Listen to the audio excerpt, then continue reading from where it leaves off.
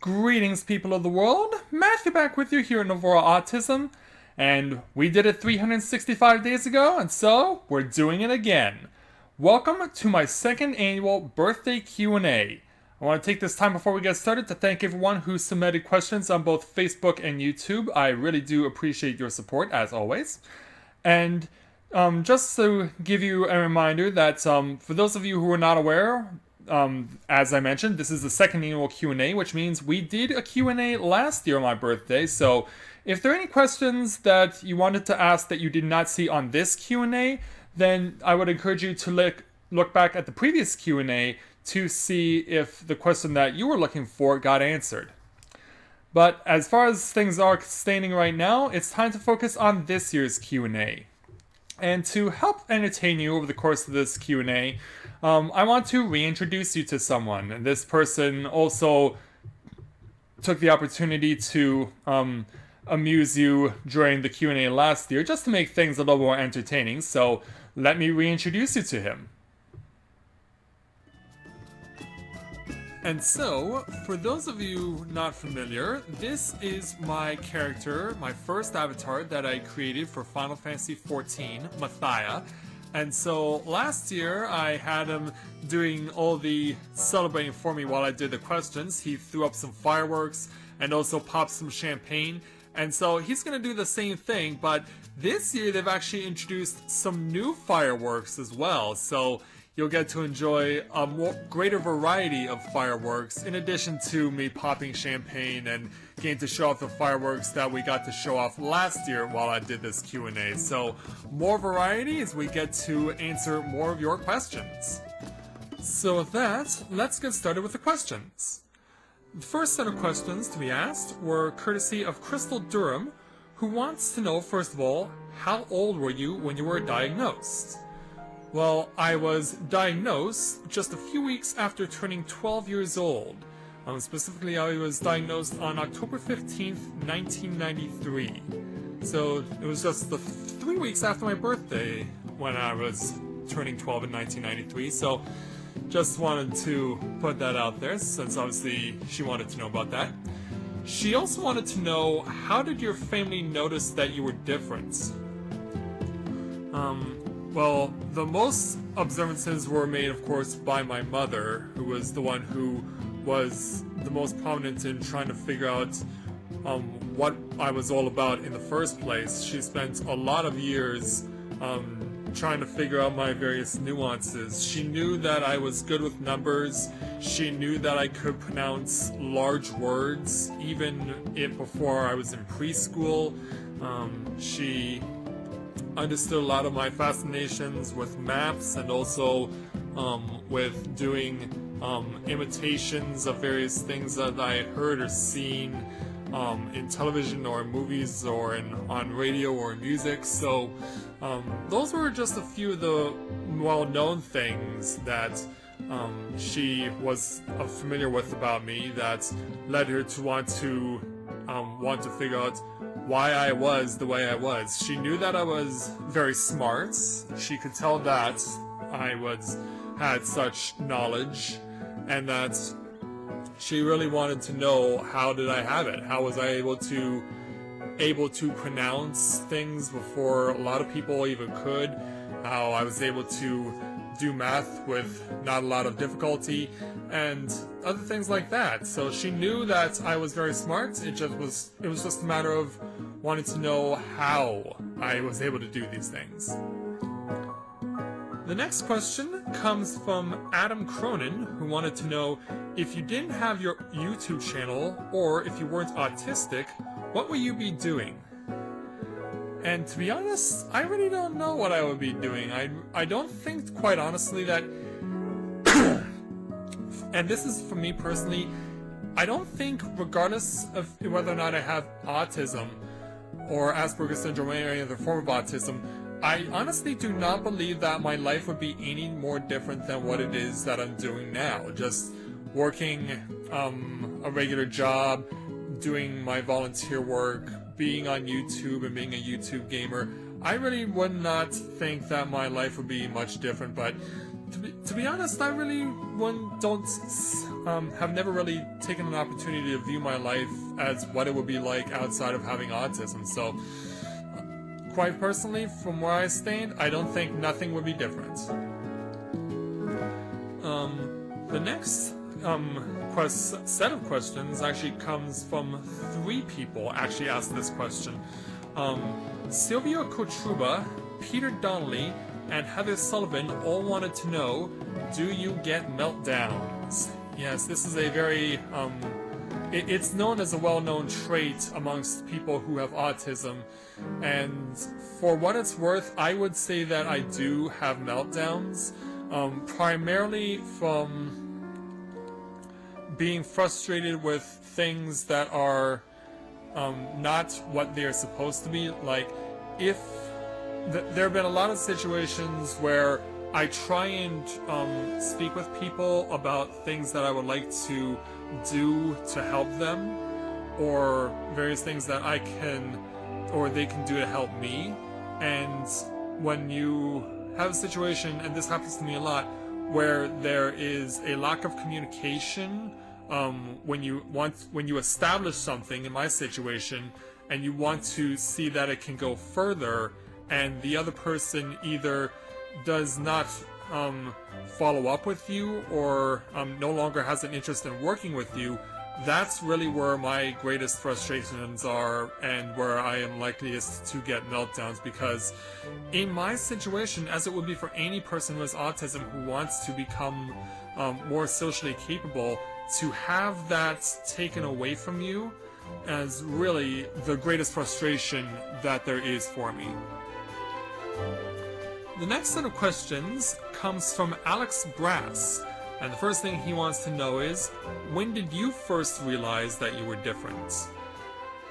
And here I would really think about it and say that, I guess because of the fact that I knew that I was really into a lot of other things that people did not know all that much about. Like, something else that I did not mention in a previous question was, one of my greatest knowledges, one of my greatest basis of knowledge is that I really enjoyed looking at sports statistics and who various champions were in various sports in various years.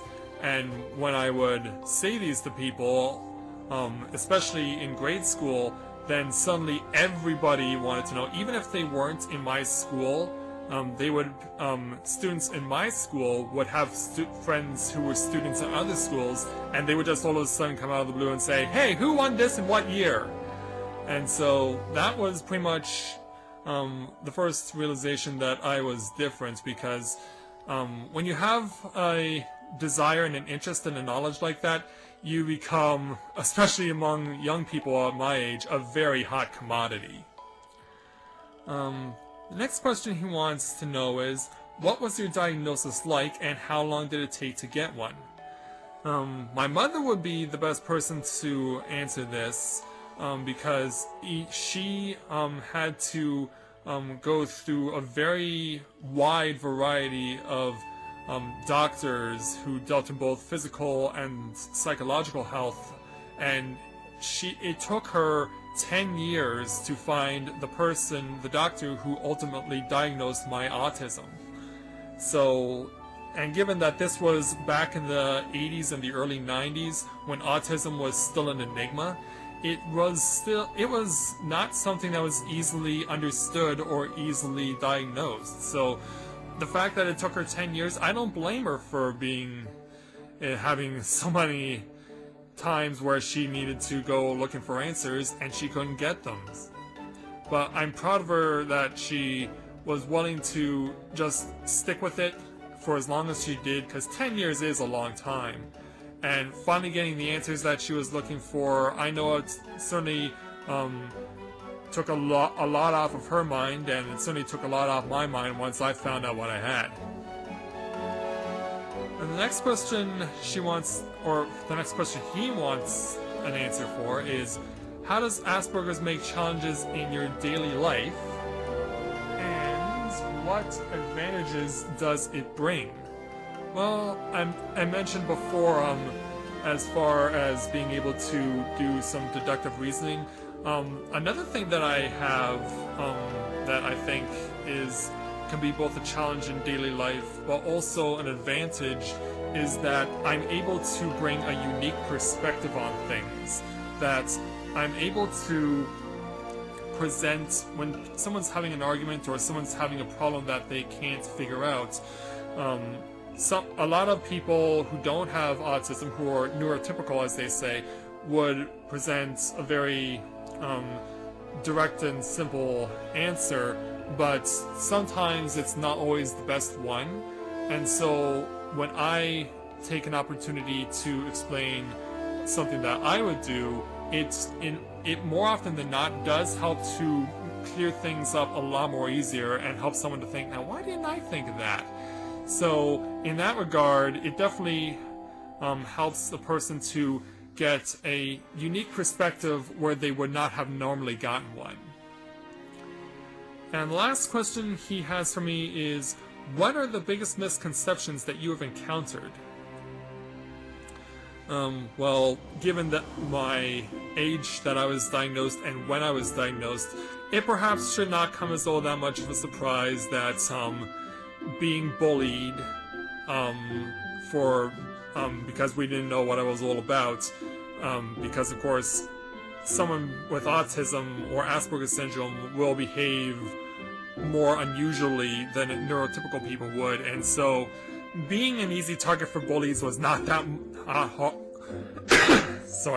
being an easy target for bullies was not all that hard, and getting made fun of, and yeah, I mean, from kids at school was bad enough, but what really made it bad for me was the fact that the way I acted, the way I conducted myself, the person who bullied me the most was actually my sister, and she bullied me for many years.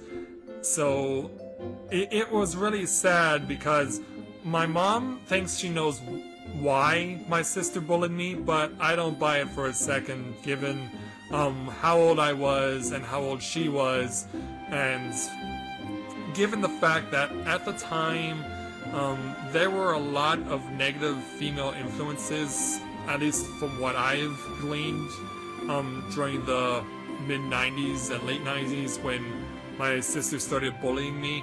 And so because of that, obviously, as I mentioned before, getting bullied, not all that surprising given what it was back in the day. So, next question comes from Chris Cullen, and he wants to know, do you accept the fact that you have Asperger's? Well, the way I see it, if I had not accepted the fact that I have Asperger's, then I wouldn't, A, not be doing this Q&A, B, not doing a YouTube channel where I try and show ways that I'm trying to change perceptions on what people with autism are like, and this is something else that I'll also point out. A couple years after my diagnosis, I wanted to try and put a positive spin on it, and so I was part and got involved in a public speaking contest.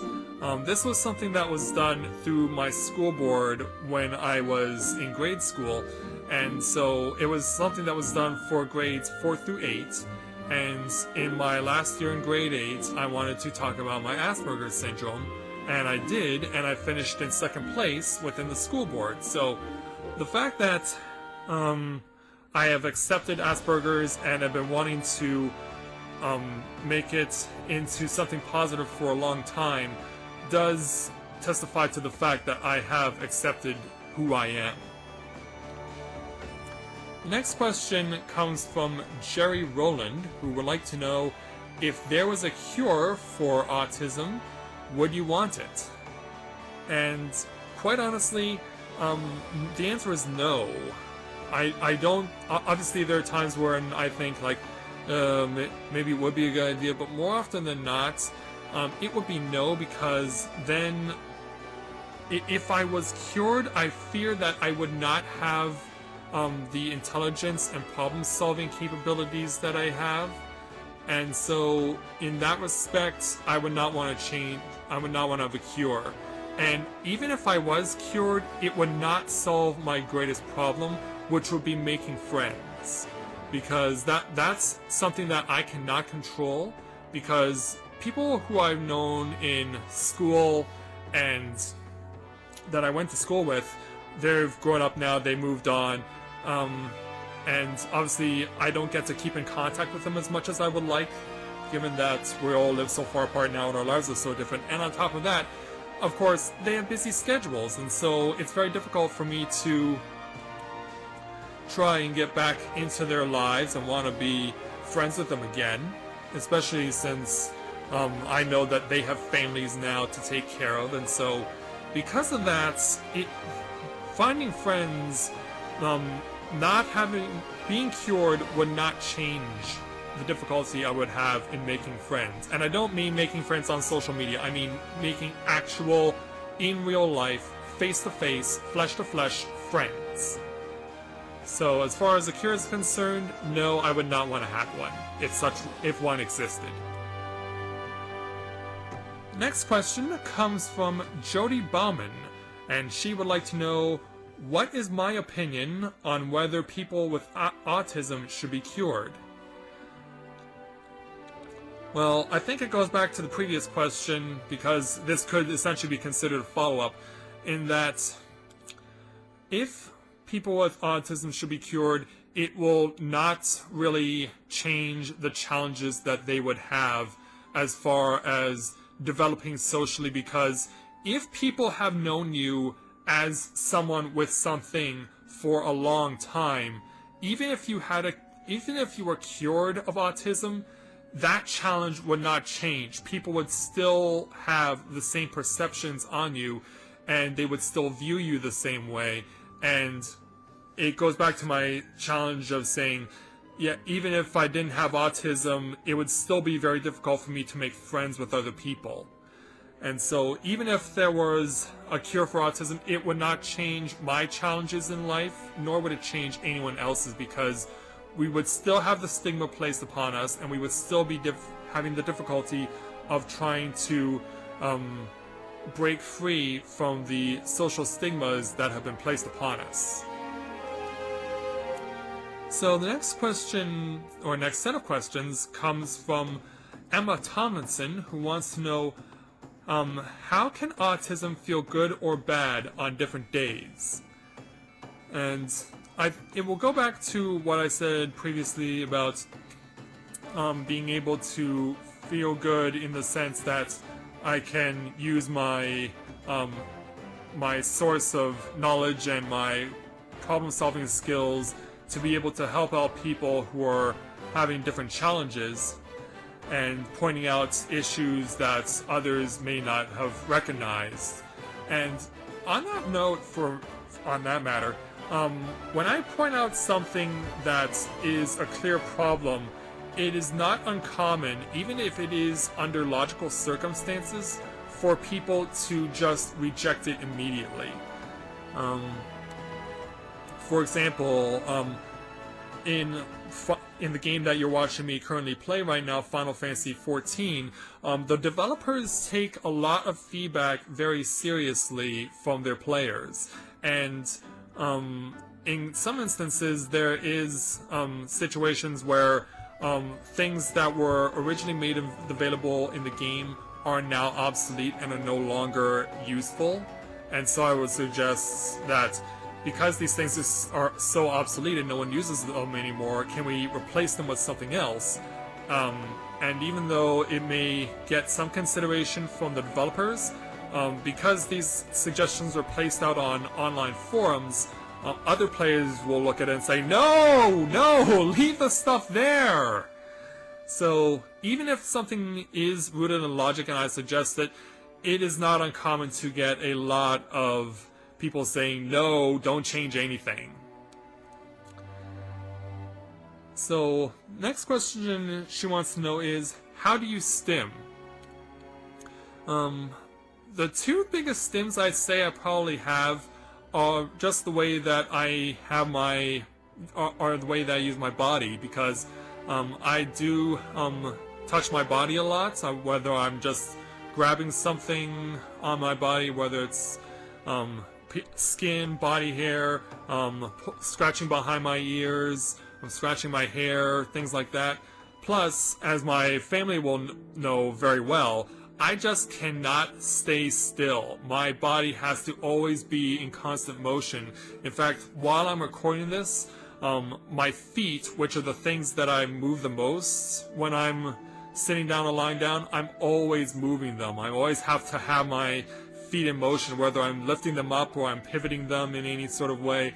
So those are the two ways that I stim. That's how I deal with that sort of thing. And the last thing she wants to know is, what do you obsess about? Well, obviously, I mentioned before my love of sports and the fact that I was able to show off my knowledge of sports to amaze kids back in the day. I also obsess a lot about what I'm going to, as it stands right now, what I'm going to do with my YouTube channel, because while I'm playing these games on my YouTube channel, I'm always thinking about, what am I going to play next? What should I do that will encourage people to watch? So it's the latter that's the one thing I think about the most when I'm at work. When I'm not thinking about work, I'm usually thinking about that.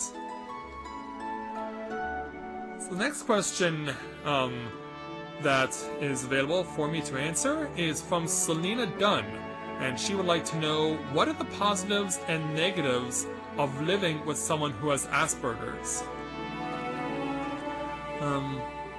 So obviously this was viewed from a second party perspective, but I will try and do the best I can to answer this, because I don't have anyone here to answer the question for you directly. If my mom was here, she would probably be able to answer it better than I could, but she will often say that as far as positives are concerned, that I do have a great sense of empathy for people when I'm trying to, when I know that someone's not feeling right, when I know someone's feeling bad, that I'm usually one of the first people to jump in and console.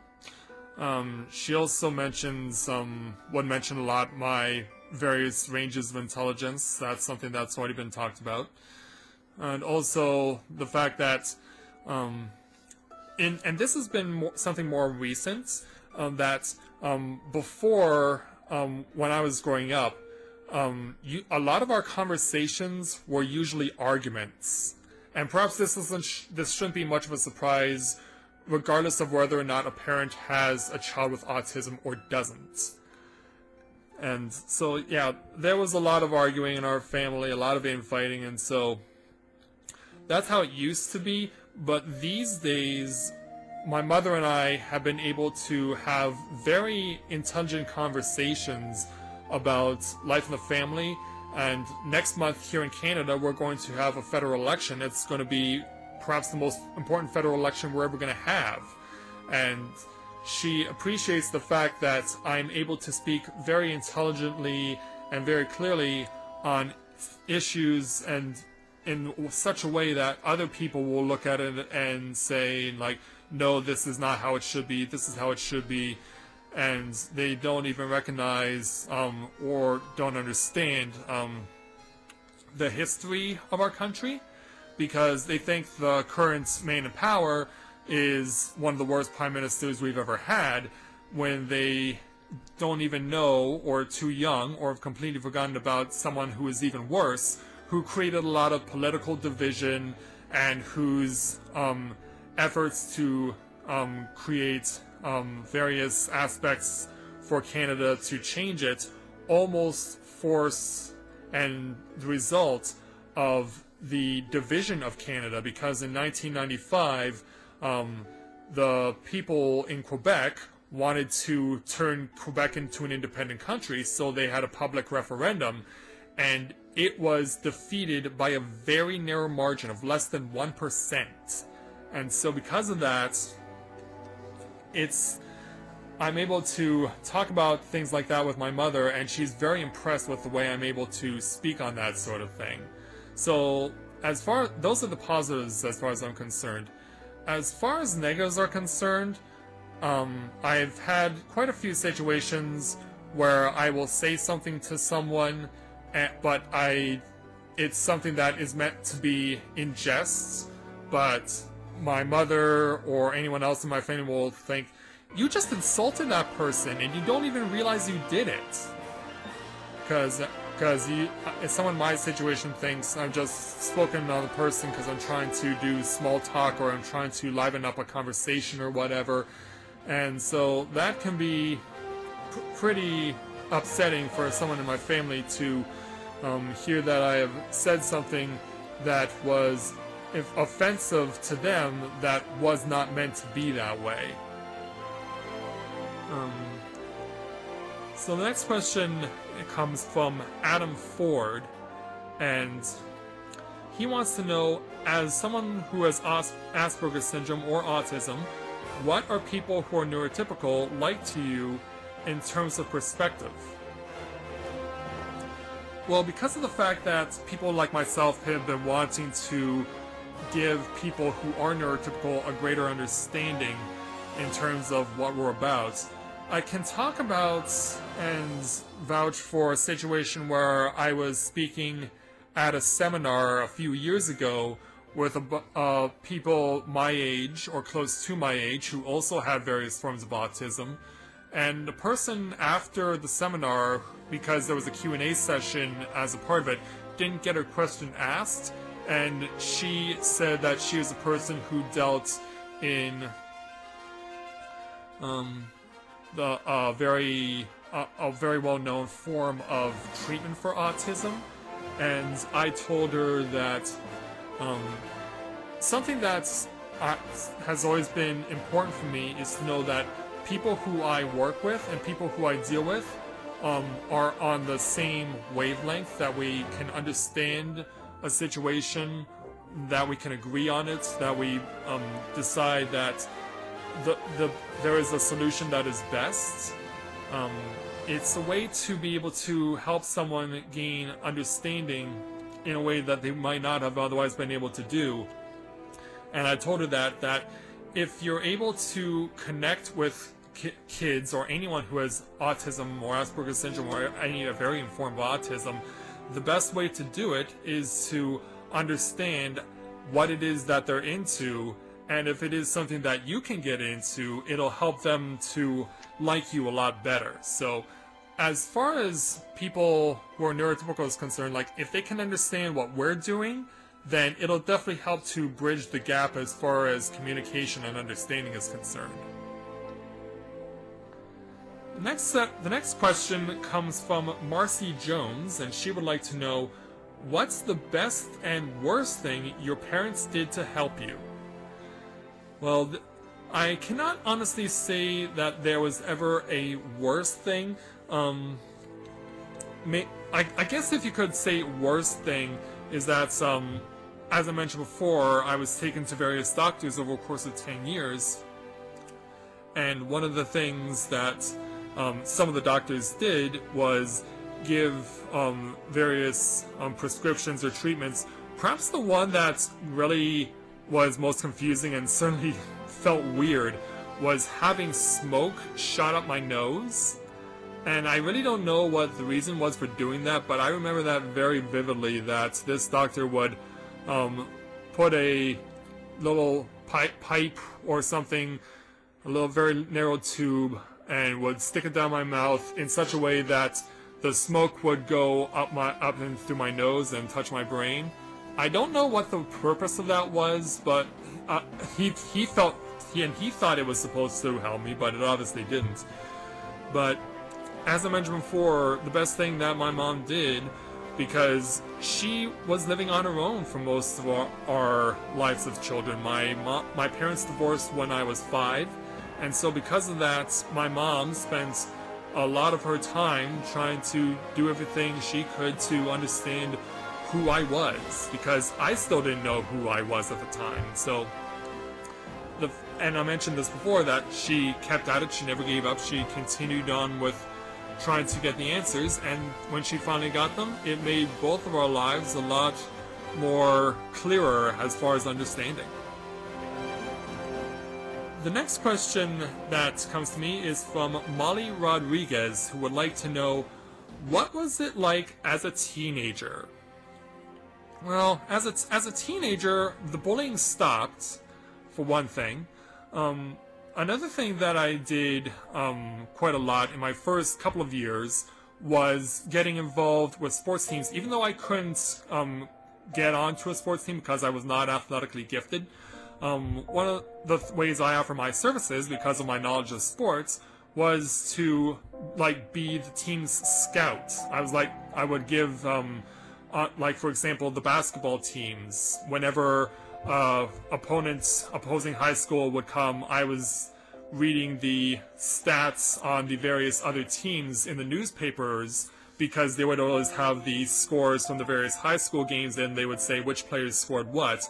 So whenever our games took place, I would always tell the coaches, these are the guys you need to watch out for. And then in the next 3 years that I was in high school, because in Ontario at the time we had 5 years of high school, where pretty much everywhere else has 4 years of high school. But in Ontario, when I was going there, we had 5. The next 3 years were actually perhaps far different, in the sense that I was actually getting involved with drama class. And as a result of that, I was able to get into a few plays. Perhaps the one that I enjoyed the most was being involved in an adaptation of The Nutcracker. And the reason I say this is because our drama teacher, who was also our director, Mr. Davis, he was our drama teacher and our play director at our high school for 30 years, and he was very creative in what he did. In fact, I'd go so far as to say he was an Aspie in his own right. But I don't think he was ever actually diagnosed, but the way he was so creative, the way he developed his plays, was really impressive, because we won so many awards for the plays that we did over the years, and you could just see them all over the walls at our high school. It was absolutely incredible. And what really made me like the fact that we did the Nutcracker was because it wasn't the Nutcracker Suite or a Nutcracker Ballet. What Mr. Davis did was that he created this concept that all of the characters' costumes, except for the Nutcracker himself, would be designed to look like they were two-dimensional, like it was a book that had come to life. So what he did was that he had all of our costumes be what they would look like normally on one side of the body, and on the other half, it would be completely black. So if you were facing to the front, you would have the normal outfits that you had on, but your back would be completely black.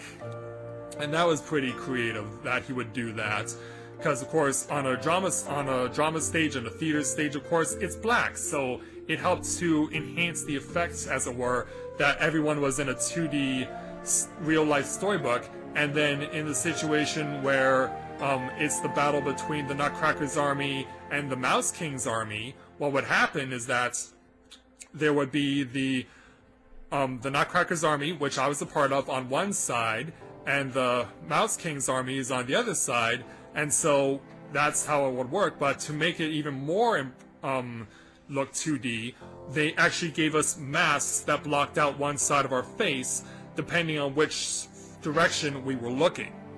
So to do that sort of thing with someone like Mr. Davis was very enjoyable, and it was definitely worth the time and effort that I got to put in and get involved with in that. So yeah, life as a teenager was quite fun, I do have to say. Let's see here, who we got next? Next question comes from Eduardo Grando, who wants to know, is it true that people with Asperger's syndrome can't lie? Well, Actually, I would say, from my own personal experience, that's false. I've actually proven to be in life to be quite a good fibber, as it were, because there have been quite a few times in my life where I've been talking about various things, and someone will ask me about something, and when I try and explain it to them, they'll then say, was it because this happened? And even though I have not told them that, I'll just go ahead and say, yeah, that's exactly what happened. So it's not that I have necessarily lied per se, even though I have, because I'm agreeing with them, but in essence, they have lied to themselves in the sense that they asked a question and then they came up with an answer which was a lie, and so I agreed with them. I agreed with their lie, and they accepted it as fact. So I don't know if that necessarily helps, but from my own personal experience, I would say that I'm a liar in a sense that I'm agreeing with someone else's lie. The next question asked is from Julie Appleby, and she wants to know, how can someone with Asperger's syndrome overcome being shy?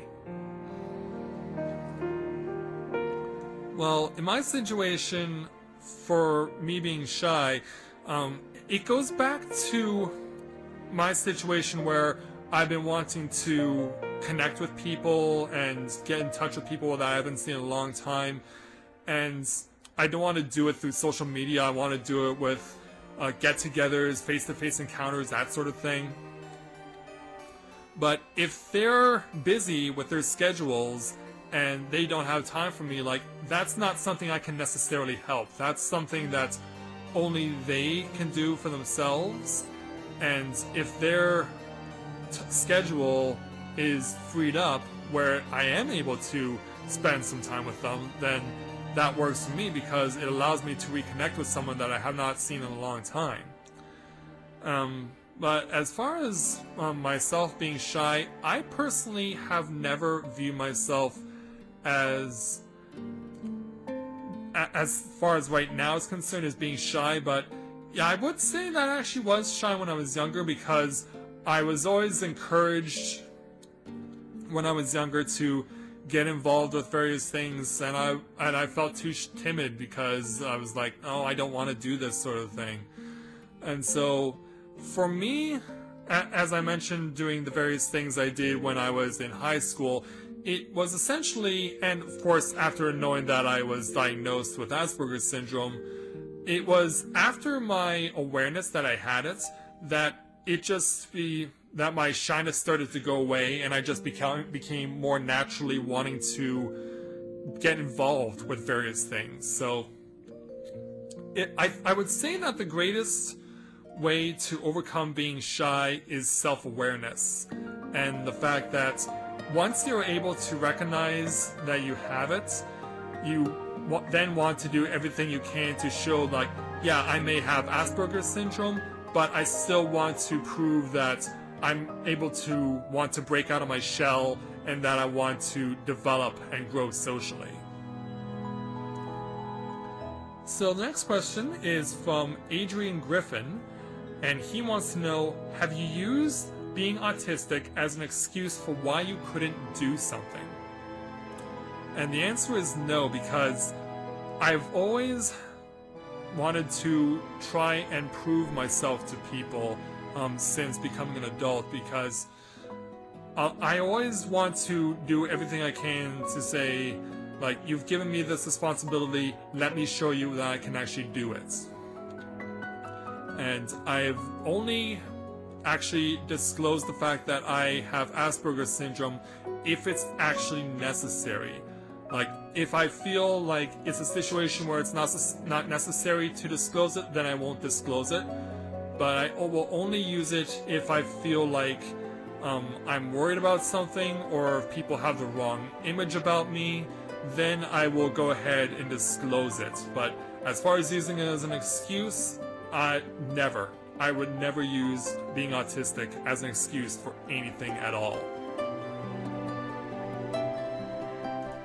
Next question comes to me from Julie Lisk, who wants to know what aspects of your personality contribute to society.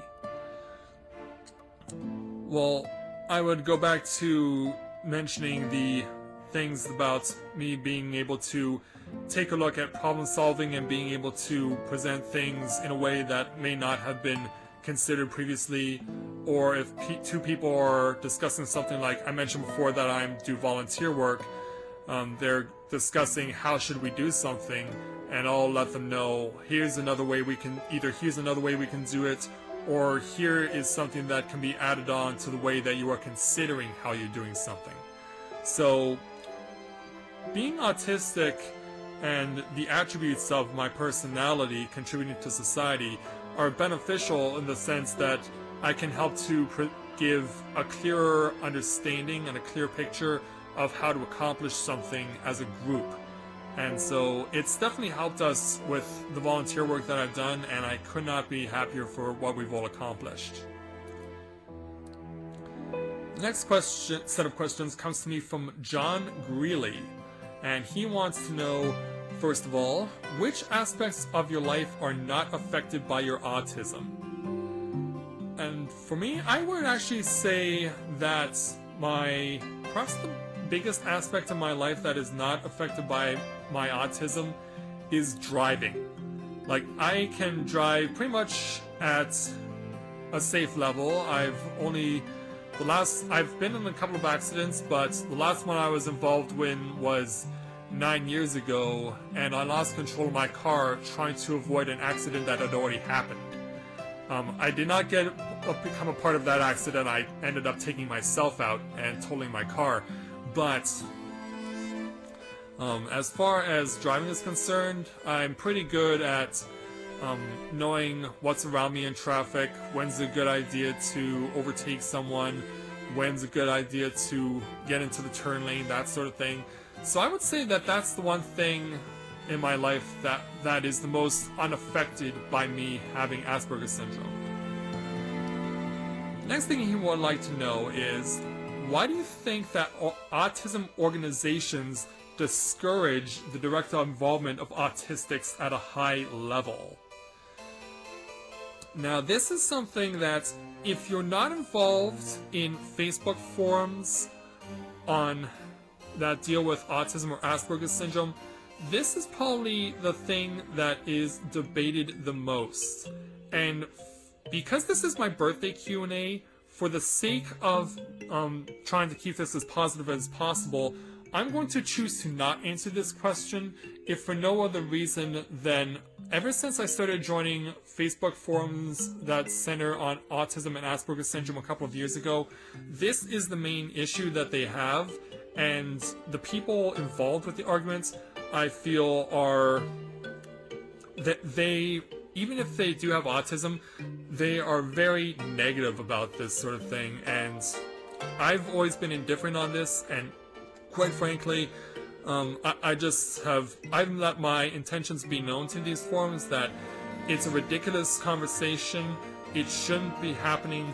We collectively, as people with autism or Asperger's syndrome or any form of autism, should all work together collectively to help bring greater awareness, because we're the ones who have it, therefore we should be the ones who are responsible for bringing the greater awareness. And finally, the last thing he wants to know is, what is your greatest need as far as a worldwide scale? I guess it goes back to what I've been saying before, that one of the most important things that people like myself with autism need is that greater development as far as social communication is concerned, because it's only through that social communication, not by going to post something on Facebook or Twitter or Instagram or Pinterest or pretty much any other social media site out there, is the fact that we need that face-to-face conversation, that face-to-face communication. That is not only my greatest need worldwide, but it's every person who has autism. That's their greatest need worldwide, because that's what will help us to get better understanding from people who don't have it, and they can understand why we are who we are.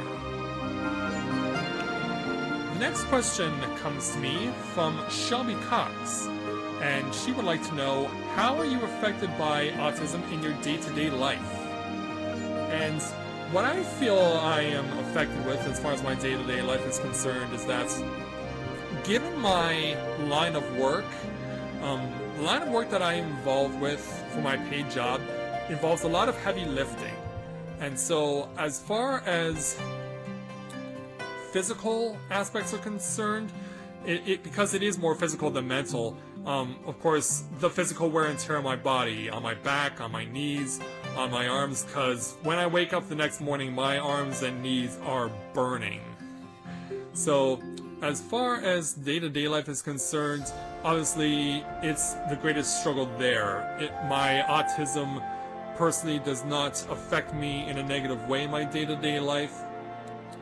For me, as it stands right now, it's all about the physical hard labor. Alright. Next set of questions. Oh, Shelby has another question. She wants to know, do you have difficulties in public?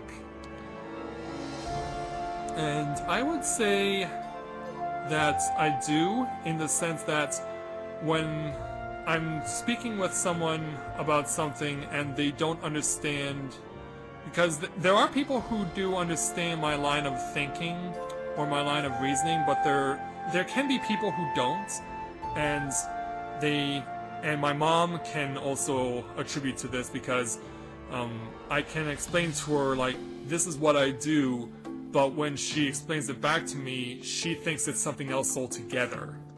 And so I have to explain in detail what it is that I do, and what she thinks that I do has nothing to do with what I do, because her thinking on what it is that I am doing is completely different from what it actually is. So trying to be able to get a person to clearly understand what it is I do after explaining it to them can be quite a challenge. The next set of questions comes from Michelle Bauman, and she wants to know, are you employed, and how does your autism affect it? Well, as I mentioned, I do have a full-time job, and I do have volunteer work. The job that I do, I mentioned, does have heavy lifting, is working in an archive facility for a company called Iron Mountain. And we're basically responsible for collecting and giving back various boxes of companies' confidential documents. They give us their confidential documentation, and they store them in boxes, and then they send them to us, and then we store them in our facility. And then whenever they want stuff back, we just simply give it back to them. But these boxes can be heavy, and in some cases, they're boxes that are so big and heavy that they need multiple people just to move them.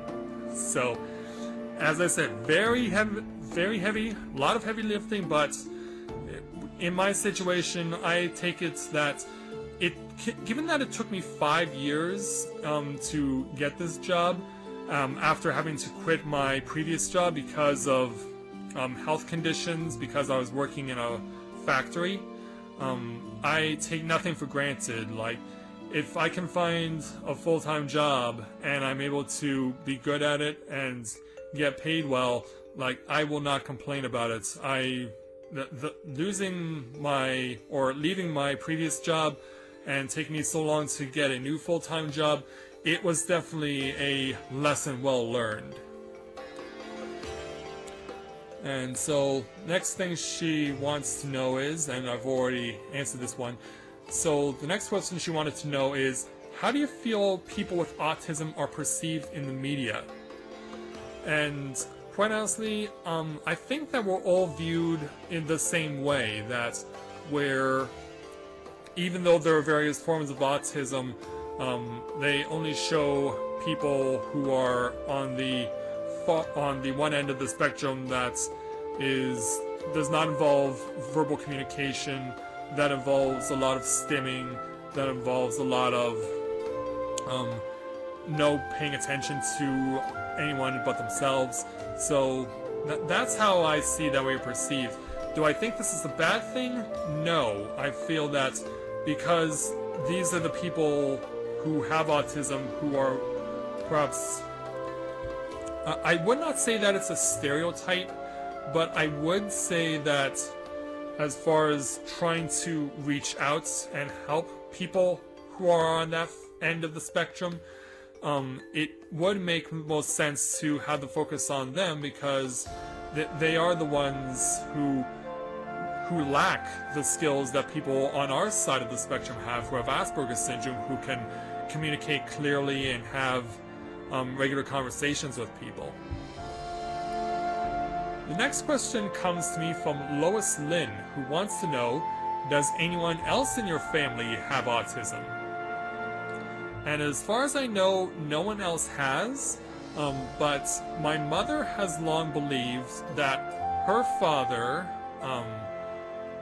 would also possibly have had Asperger's because of the way that he talked to people and the way that he communicated and the way that he conducted himself. So even though he was never diagnosed and he died 7 years ago, my mom has had suspicions that my grandfather, her father, had Asperger's syndrome too. The next question comes to me from Kathy Pitzer, who wants to know, did you have a hard time in school? I would say that I did, in the sense that even though I was smart, I really did not pay much attention to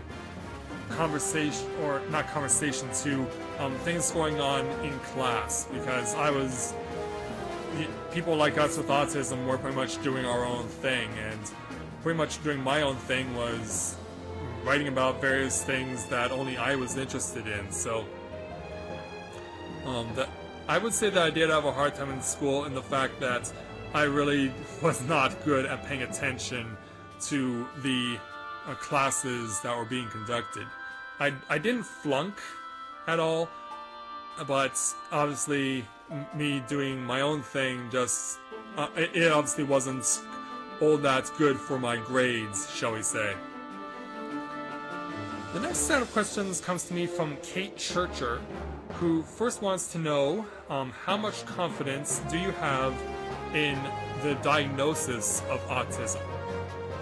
And this I really would not be able to answer properly, because I was diagnosed over 20 years ago, and obviously the diagnosis system is much more different these days. I really could not make a valid comparison between the two and be able to say, like, oh, it's the same now as it was back then, because as far as diagnosis is concerned, it all depends on what traits the person has who may have it, as well as the doctor who is determining the diagnosis. And that's really what it comes down to, and it really doesn't get more simpler than that. It's all on the person who may have it, and all on the doctor who diagnoses it. I mean, who knows what diagnosis will be looking like for autism in another 20 years. I mean, it could be completely different from what it is now.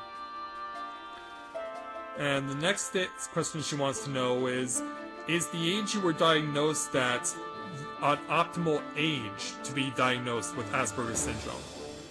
And I would probably say that being diagnosed at 12 years old was a good age for me, because being made aware of what I had, it gave me a greater understanding of who I was, and knowing that I could be able to go ahead and do things and want to do things that I may not have otherwise done previously. I would say that it definitely worked out for me, and it definitely helped as far as developing as far as my social skills, even though I would say that I still am quite a bit of ways on that. I would definitely say when I was diagnosed, it's obviously much better to find out sooner rather than later, because if it's later, then by that time people will have known you as something for so long that it'll just stay with you forever. And it was a point that I didn't mention before in this Q&A.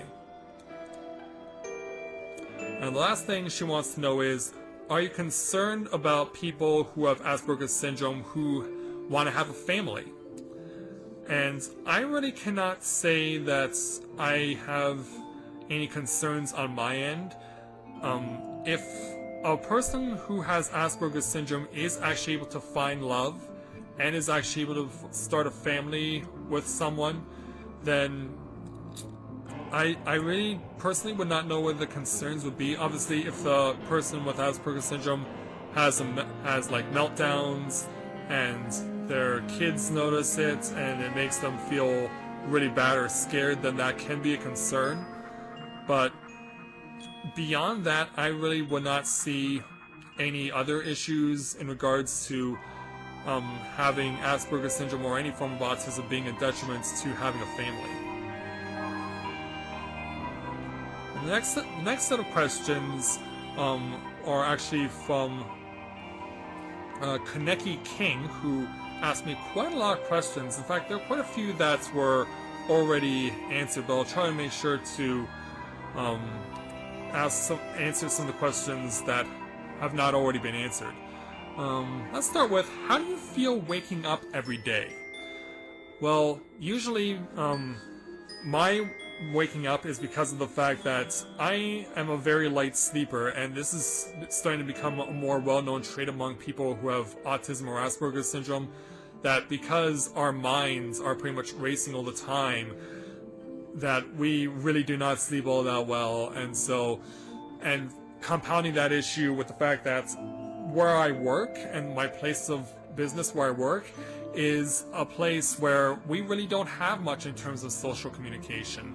So you're pretty much all by yourself, just thinking about what you would normally do, and outside of work, and if you weren't thinking about work, and that pretty much carries with you for a long time, because whenever I go to bed, like, I will pretty much spend an hour thinking about a song that has just popped into my head, and it will pretty much be anything from any genre. Like, one night I'll be thinking about an R&B song, or the next time I'll be thinking about an oldies song, or the next time I'll be thinking about an alt-rock song from the 90s. It's just every single night a new song that either I have not heard in a long time, or that I don't know who sang it or what it's called, pops into my head, and I'm like, oh man, what is this song? So in that respect, I would say that when I wake up every day, it's already because I've been already woken up a few times through the night thinking about whatever it was I was thinking about when I went to bed in the first place. Next thing she wants to know is, do you get overwhelmed when making choices? I would say that as far as big choices are concerned, I haven't reached that point yet. Well, actually I have, because I've been living in an apartment on my own for 3.5 years now, and so when it came to making that choice, it came down to a matter of because where I work now was far away from where I grew up as in my childhood and in my young adult life, and it was like a half-hour away. It was a half-hour drive between work and home. So once I got my job with Iron Mountain, I had to move closer, but because I was also still very much involved with my volunteer work and my church back in my old hometown, I wanted to be able to have a place that was in close enough proximity to work, but that I wouldn't have to travel so far to get to my volunteer responsibilities as well as to my church every week. So as far as making that choice, I feel strongly about the choice I made because it's a convenient location. It optimizes the distances and time as far as what I mentioned previously. As well, I also have amenities that are close by. I have a grocery store close by, I have a drugstore close by, and so having those things. And I also, there are also hiking trails near where I live, and I do like to hike a lot as well when I'm not doing any of the stuff that I'm currently doing. So I would say that where I am right now living is the most optimal location that I could currently be living at. But as far as buying a car is concerned, that was done for me. When my mom sold our old house in my old hometown, she used some of the money from the sale of the house to buy me a car, which has been working quite fine for me for 4 years now. And so I'm grateful for the fact that I've had that and that she was willing to do that for me. So as far as going to buy another car, obviously I'll reach that bridge I'll cross that bridge when I get to it. As far as buying a home, that's never going to happen because considering that I'm planning to just live by myself and that I don't intend to have a relationship or start a family, I don't really see myself buying a house ever. The next thing she would like to know is, when you see yourself, do you feel different? Well, I can say that I feel different, obviously, in regards to what I'm interested in and also how I have various perspective on a whole lot of different things. And it's something that I had mentioned before already in this Q&A, how my perceptions on things can help to gain a greater understanding for people as far as problem solving is concerned. The next thing she wants to know is, do people use you but you don't know it? Well, I can definitely say that when I was growing up, my family was very good at implementing mind games on me. My family would very often tell me something that they wanted me to believe, and I believed them, but it wasn't true. And then they would tell me something that seemed so outrageous that there was no way it could be true, but it actually was. And so and this was especially true with my brother because he did this a lot. And so he really messed with my mind to the point where I was like, I am not going to deal with you in this manner anymore. And so I definitely got used in that regard as far as getting my head messed with quite a lot growing up. So the next thing he wants to know is, do you feel lost when sarcasm is used? Yeah, I would definitely say that this holds true, if for no other reason than the fact that I really have never been able to figure out when sarcasm is being used unless the sarcastic tone is used. I'm pretty sure you've heard the one that's like, no, really? You know, that tone? So unless someone's actually using that tone, then there's no way for me to figure it out. So when sarcasm is used, I definitely feel lost unless a tone like that is used. The next thing that she wants to know is, does your family give you support when they need it? Or when I need it. Sorry, I was reading that wrong. Does my family give me support when I need it? As I mentioned, my mother has done this before for me. And my brother and sister have at times been willing to invite me to, well, my brother more than my sister. My brother has invited me to play video games at his house from time to time whenever he gets an opportunity on his schedule to do so.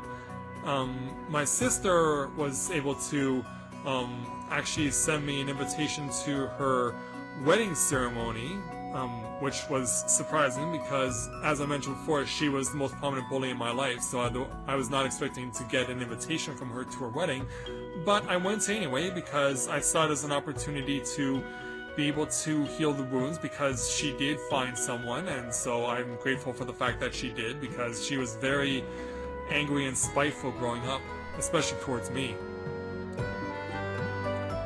The next question she wants to know, or the last one she wants to know, is, do you panic if your routine is broken? I would say that yes, it is, because I'm always concerned that if I have to accomplish something within a certain time, and for some reason either I can't do it, or when it comes to trying to establish communications with developments for my volunteer work, because I do a lot of work with youth in my volunteer work, but the volunteer groups that I've been dealing with or not volunteer groups, but school groups, because I do work with schools. When dealing with school groups, like 10 years ago, they were very friendly and welcoming and very helpful. But these days, they're very much closed off. Like, even living in Canada, like, it's become very difficult to get communication with schools, and the fact that even though I've been offering the same volunteer services for all this time, they've become more and more unwilling to participate or even call me back. So it all comes down to change in administration, change in school board policy, that sort of thing, that have made it very, very difficult for me to be able to go in, because I used to do the same thing the same way for so many years, and now that I can't do it that way anymore, it is definitely frustrating. So those were the questions that came to me through Facebook, and I did have one question from my YouTube audience. And this question comes to me from Kaitans29, who wanted to know what... And this comes to me from Kaitans29, who wants to know, how were you inspired to do Let's Plays on YouTube? And this comes down to when I started watching videos on YouTube more regularly, because up until 2012 I really did not watch YouTube. I just watched any videos from TV shows on demand online through various TV networks' websites. If it was a show I liked but I couldn't see the episode, I just went ahead and watched that. Once I moved into my apartment and I started watching YouTube more often, because I didn't have a cable set up yet, the first person that I watched, and anyone who watches my videos regularly will know this name because I mention it quite a bit, usually in Disgust, and that's the YouTuber Rome Mithril, who is an incredibly skilled gamer and is also very funny, but has proven himself to be very lazy, because I saw all of these videos where he was doing these very skilled runs of stages in Mega Man games, and they were very impressive, but after a couple of months I eventually began to notice, hey, like, it's impressive that you've done all these stages at such a highly skilled level as you have, but why haven't you finished these games yet? And as I came to discover, he has a laundry list of excuses for not finishing the games that he plays, especially with Mega Man. Even though that's how he started establishing himself as a YouTube Let's Player, was showing off these highly skilled runs of doing stages in Mega Man, he would always have a whole set of excuses of why he was not going to finish the games that he was playing. And eventually, because he was the first YouTube gamer I saw, eventually got to the point, like, I just cannot take it anymore. Like, this guy seems to have no sense of accountability whatsoever, and if you watch some of his other videos where he talks about himself, he has proven himself to be very unreliable, and he's just someone who is very lazy, cannot be trusted, and I got to the point where I was like, you know what, I just cannot deal with this guy anymore. And so that ultimately led me to not only looking out to see what other YouTube Let's Players are doing and seeing that they actually did finish what they start, but it inspired me to get into YouTube Let's Play, because I never wanted to disappoint anyone in such a way that Rome Mithril has, because it's coming up on 7 years now, and he is still 5 Mega Man games in arrears that he started back in 2009 and still has not finished. And yeah, that is quite a lot. And unfortunately, for most of his viewers, they were pretty much caught in by what I like to call the siren song that he did with all of his skilled runs of the Mega Man stages. But I was smart enough to get wise to break away from the siren song and decide to establish my own YouTube Let's Play channel, because I wanted to do what he could not do, and that is, when you start something, you finish it. And so that's what I base my entire YouTube Let's Play career around, is finishing what I started. And that's just something that I will continue to hold true to as long as I'm doing these various YouTube Let's Plays. And but as time has gone on, of course, I've come to enjoy what I'm doing and enjoy playing the games and getting to talk about them. But priority number one will always be to do what Rome Mythal has not been able to do on a reliable level, and that is finish games and not leave your viewers hanging for forever. So, that is going to do it for this 2015 birthday Q&A, and I'd like to thank everyone who submitted questions on both Facebook and YouTube, and I look forward to doing this again next year, and hopefully we'll get to answer some more questions, because this was certainly a very impressive set of questions. And as I mentioned before, if you wanted to know about a question but didn't get to answer it, be sure to check out my 2014 birthday Q&A and see what questions were asked there to see if you can find an answer to something that you were looking for. So, thank you everyone for watching, and I look forward to seeing all of you again as I continue on with Let's Plays, as well as other various videos that I look to do in the future, and hopefully we'll be able to bring more people in to bring greater understanding of what people with autism and Asperger's syndrome are capable of. So until next time everyone, this is Matthew at Novaura Autism, saying take care, and I'll see you soon.